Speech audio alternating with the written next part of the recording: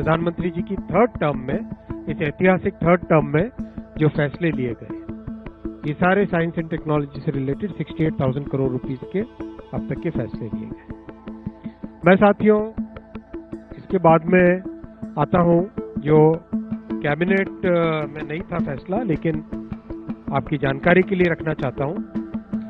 माननीय प्रधानमंत्री जी ने केंद्र सरकार के सभी कर्मचारियों के लिए 8th सेंट्रल पे कमीशन को मंजूरी दे दी है।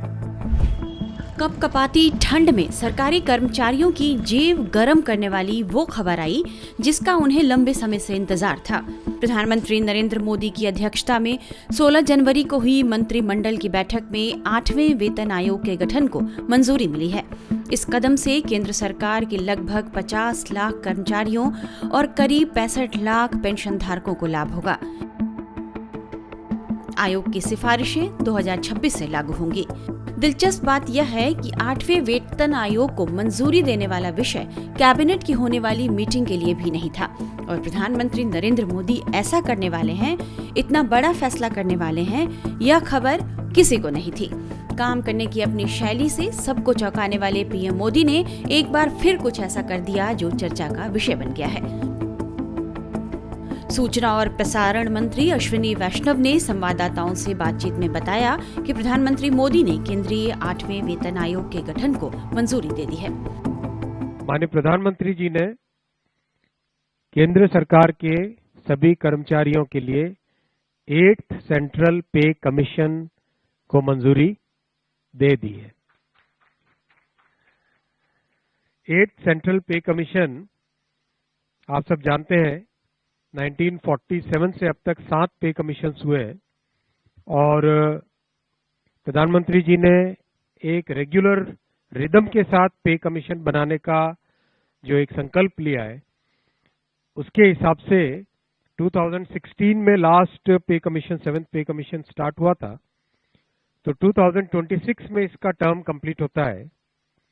उससे वेल बिफोर 2025 में 8th पे कमीशन स्टैब्लिश करने से सफिशिएंट टाइम मिलेगा so that the recommendations can be received well before the completion of the period of 7th pay commission.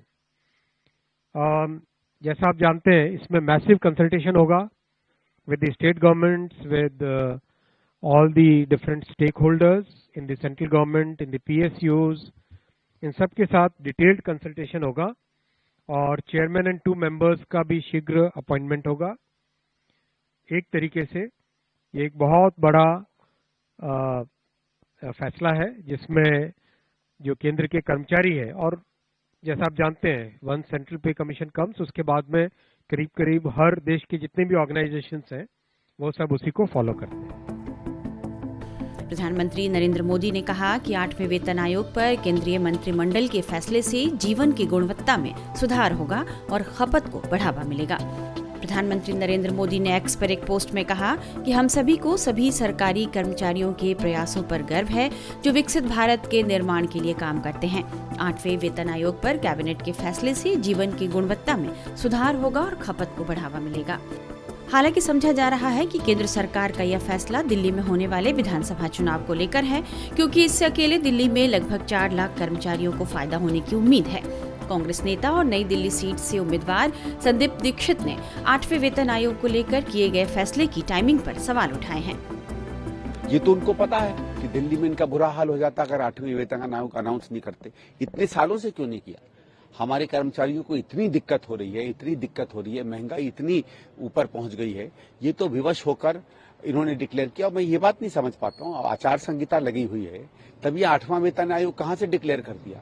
जब हम लोगों की सरकार थी तो हम छोटे छोटे अनाउंसमेंट भी नहीं कर पाते थे, इतना बड़ा आपने कहाँ कर दिया? और पहले क्यों नहीं किया? मुझे लगता है बीजेपी ने सर्वे करवाया होगा, देखा होगा कि सर्वे में बुरी तरह हार रहे हैं, खासकर नई दिल्ली से, तो लगा होगा कि अपनी अपनी जान बचाओ और 8वां वेतन आयोग जो है वो अनाउंस कर दो। केंद्र सरकार हर 10 साल में नया वेतन आयोग लाती है। अभी 7वां वेतन आयोग चल रहा है। इसका कार्यकाल 31 दिसंबर 2025 को खत्म होगा। 7वें वेतन आयोग का गठन पूर्व प्रधानमंत्री मनमोहन सिंह के कार्यकाल में 28 फरवरी 2014 को किया गया था। साल 2026 से 8वां वेतन आयोग लागू हो जाएगा। इससे सरकारी कर्मचारियों के न्यूनतम वेतन और पेंशन में बड़ा बदलाव आने की उम्मीद है।